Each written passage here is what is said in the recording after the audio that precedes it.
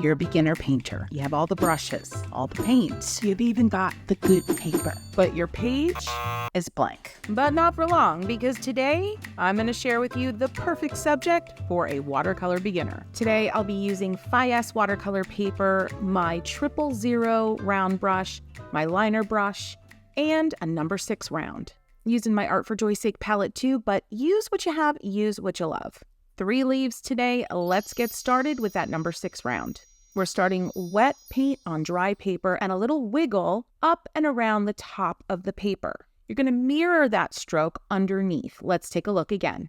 Basically, it looks like you're creating a really bumpy, wonky hill.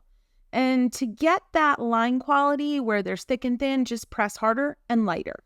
And now we're going to continue on and just fill the middle with a different color green.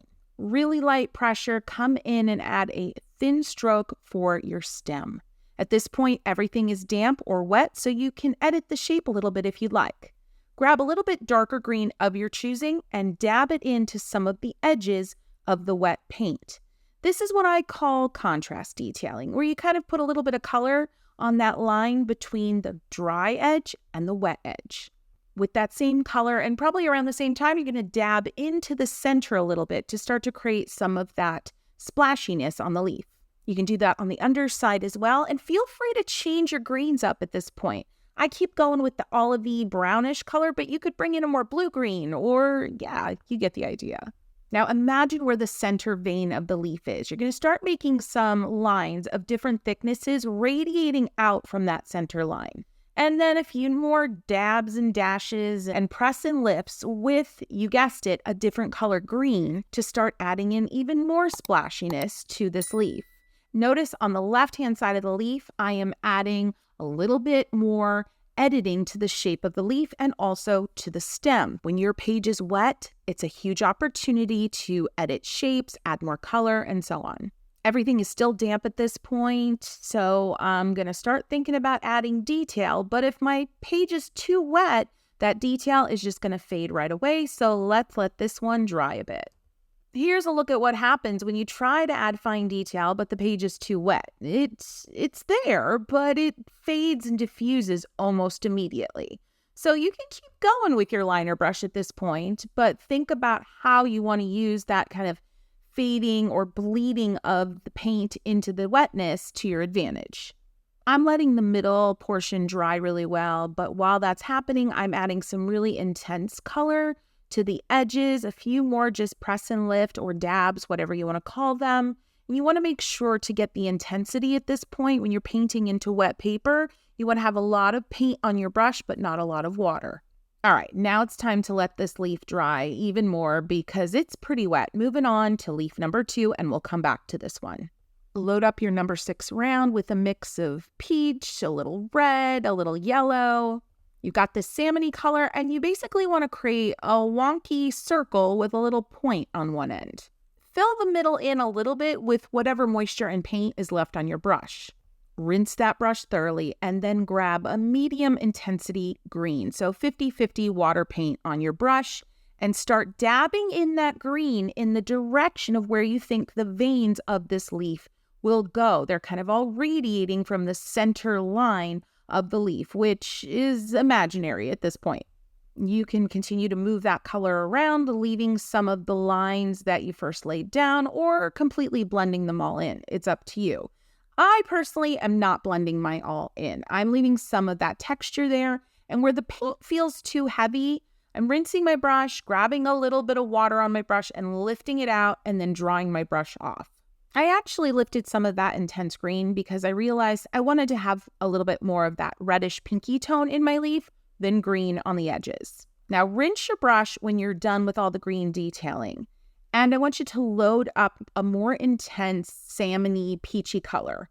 So mix together a little red, a little peach, a little yellow. If you don't have peach, don't worry about it. Just lots of red, a little bit of yellow. And you're going to add some of that in to the center of the leaf. Now, I use my artistic license, and at the top of the leaf where the stem is, I put it all the way up to the edge. And you're going to start to see paint kind of blending together in maybe ways that are making you feel a little uncomfortable, but trust the process. Now, you can also remove some of that red in the middle like I did just there. Now I'm adding a little bit of yellow to the center, and because everything's wet, it's all blendy blending. This is your ugly phase. Every painting, every subject matter has one. You need to feel okay with the ugly phase. You need to get used to that feeling, promise. While everything's drying, let me tell you the reasons that I think leaves are so good for watercolor beginners. Number one, they're usually pretty iconic, simple shapes that you've seen again and again and again and again. So you're familiar with them. Number two, they can teach you everything that you need to know about painting. Washes, texture, using dry brush. So essentially, you can kind of test out all of the basic watercolor skills on a small but easily recognizable subject matter. And number three, they're also really fun to make imaginary versions of. So if you kind of digress from the tutorial, say this tutorial, and you go your own way, it's still going to look like a leaf, and that's going to make you feel proud. And that feeling proud is going to keep you wanting to paint more and more. And that, my friends, is my goal. My goal is also to have you like this video. We call it a boop here. So would you go ahead and boop this video? It really helps out my channel and helps others find content like this. As we continue here, just remember, you're seeing the dried version of what we just painted a few moments ago. And it's a little bit lighter. It's also looking a little bit smoother. And those are two things that watercolor does as it dries without even being touched. Definitely want to keep that in mind. I want you to grab your favorite dark green, lots of paint on the brush, 60 to 70% paint, 40%, 30 to 40% water, Kristy math, and add a few press, drag, and lift strokes around the bottom edge of that leaf. And have all of those strokes kind of all facing inward towards the imaginary center vein of the flower. Notice here how my strokes are curving. And then you can go with that same color along the edge and create that little ruffle. Remember, everything on that edge is now wet, so that little ruffle that you add is just going to blend right into the green that you just placed. You could even change your color up like I did here. I added a little bit of yellow to my brush, and it just makes things a little more interesting. Added a little bit of water to my brush, and now I'm going in and blending that green where it meets up with that ruffly edge you just painted in. Notice how by doing so, I'm adding water to the green and it's revealing some of the pinks and that peachy color underneath, which is so cool. But a really good reason, you want to let that leaf dry thoroughly after you finished all the peach, pinky reds and all that. Now grab your liner brush and a whole bunch of juicy pink on the brush and put that center vein in. And yes, go right through the green in that bottom third of the leaf. And then you're going to drag out thin veins from the center, following the silhouette or that edge of each side of the leaf. I'm trying to kind of line up the ends of my veins here with a little kind of valley in the green, if you will. And I love how some of that green is then making its way into the pink because I am not rinsing my brush in between each vein stroke that I'm creating with my liner brush.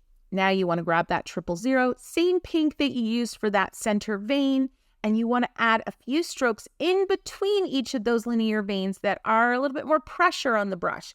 But you don't want to bump right up next to the lines that you added with your liner brush. You don't want those to disappear is really what I mean. So don't bump up too close to them. And you might want to, for some creative insurance, let those lines, those veins dry before doing this step. And then grab some pink. Your greens are all still very wet and dab in a little bit of pink and let it go. See what happens. I promise you it's going to look cool. Just let it go. You don't need to blend it. Let's go on our third leaf. Grab that number 6 round with a soft green. I mixed my favorite green, I'm not going to tell you what it is, and a little bit of like a buff color. If you don't have buff, just use your favorite green. And you're going to make those 2 wiggly marks that kind of mirror each other. And then you're going to fill them in the middle with whatever is left on your brush. And as you made those wiggly marks, you can edit those wiggles. If you want the bumps to be a little higher, a little more pronounced, go ahead. Dab in a little bit of a yellow green. You don't have to rinse your brush to do this. And then with your 000, grab pink. I know. and do that contrast detailing along the edge where you're hovering between the wet edge of the leaf and the dry edge of the paper. You don't necessarily want an outline. You're going to do this pink in select places around the entire edge of the leaf, but it adds a really cool effect. Now with a rinsed number 6 brush, if you want to smooth, blend, lift some of that color that you laid down, the yellow-green and that just soft green in the beginning, feel free. Just play with it a little bit. Like I am here, this is also a great time to edit the silhouette of your leaf if you want to change anything. But don't spend a lot of time here fussing because, yeah, you don't want the colors to completely disappear. You want to see that yellow-green and that other green at the same time. Still using my number 6 brush, extending out to create a stem from the bottom of the leaf. And then even though things are really wet, I'm adding a center vein and a few dabs of really intense color just to see how it feels and see how the diffusing works. Because again, everything is super wet. You may decide it's too much, you need to take a break, you might want to lift some of that back out. I actually really like the way it looks. All right, let that third leaf dry completely and you're coming back in with your liner and a nice kind of medium green, not too dark, but not too light. And you're going to wiggle down the center. Everything's dry now, so nothing will bleed. And I want you to use pressure that changes as you wiggle down the center. So you get thick areas and thin areas. And then you're just going to radiate out from that center vein with the similar type of wiggle meeting up with the edge of both of the long sides of the leaf. And that's going to create your kind of classic leaf veining, but with a little bit of a twist, a little bit of personality. And notice how I am using just the very tip of my liner brush to go back in, make some of those wiggly lines a little thicker, and really just give my leaf the personality I want it to have. The trick here is to follow the edge or the silhouette of each side of the leaf in terms of making a decision on how your linear detail should emanate from that center vein. It's just going to feel more natural if you kind of follow that wiggle of each edge of the leaf versus going super straight, for example. And now one thing to notice too is that the color I chose for the veining is dingier. It's definitely a muddier color, but that's so that it really pops against the more muted tones and the yellow tones that I used earlier. Kind of looks like a camo leaf, I'm not gonna lie, and I'm loving it, friends. Let me know which one's your favorite, 1, 2, or 3. Head into comments. And next up, you wanna watch this Planty playlist. It will not fail you. You're gonna have a blast. Happy painting. See ya!